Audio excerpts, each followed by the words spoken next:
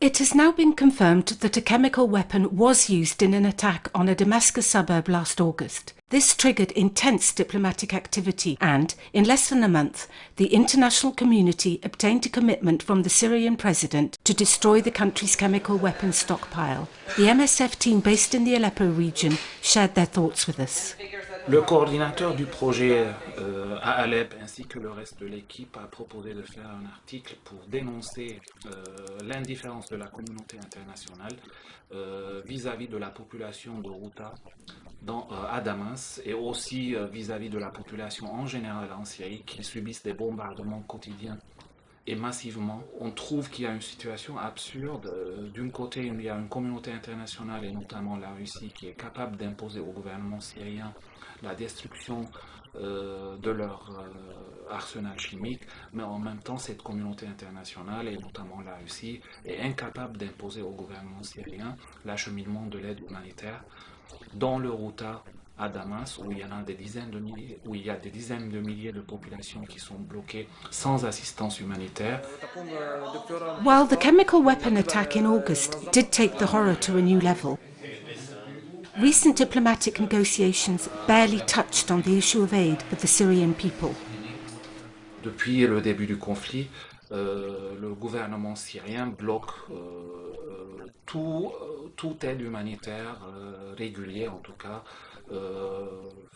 qui passe par Damas vers les zones sous contrôle de l'opposition armée, notamment dans les gouvernements de Alep, Idlib et Al-Raqqa. MSF est l'un des acteurs rares qui travaille dans les zones contrôlées par l'opposition et qui tente d'assurer l'accès aux soins généraux et globaux à cette population qui vivent en zone rebelle.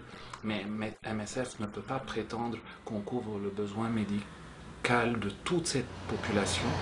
Across the border in neighbouring countries, a further 2 million Syrian refugees also rely on humanitarian aid.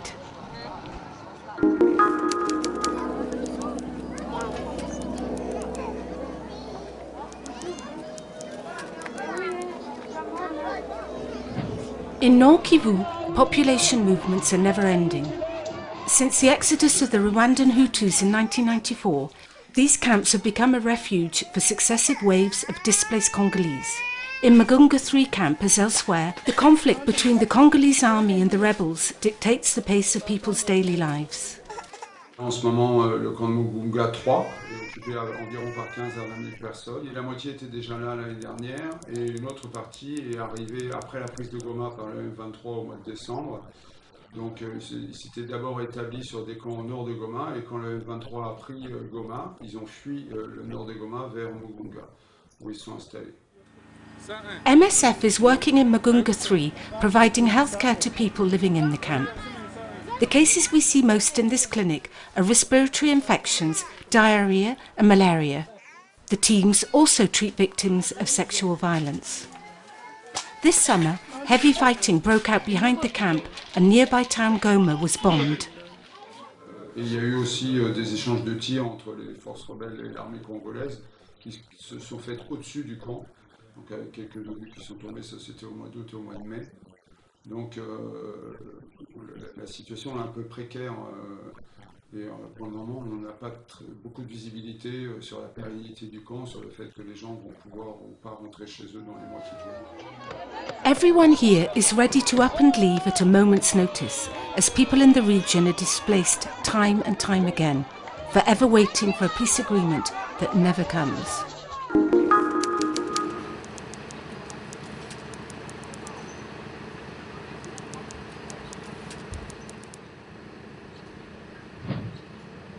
Druya Hospital.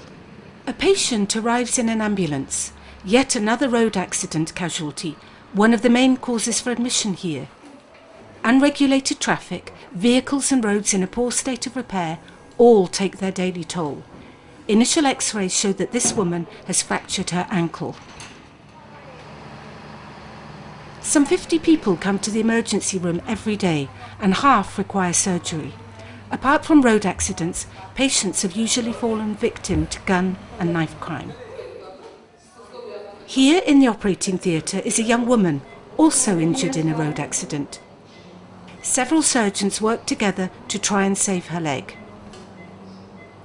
We've just performed a procedure using a fairly multidisciplinary approach. The team included the orthopaedist, because it's an infected compound fracture, the plastic surgeon, and myself, the vascular surgeon. It was a complicated procedure. The three of us worked together in good conditions. Without this intervention, this young woman would have had to have her leg amputated.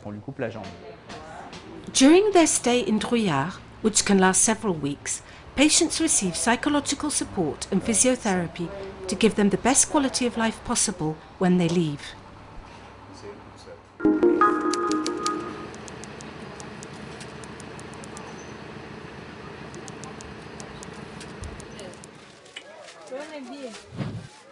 Infants born with the AIDS virus, orphaned almost from birth.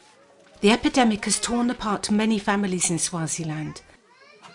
To halt this vicious circle, MSF has launched a prevention of mother-to-child transmission programme, a treatment pathway designed for pregnant and breastfeeding women and newborns.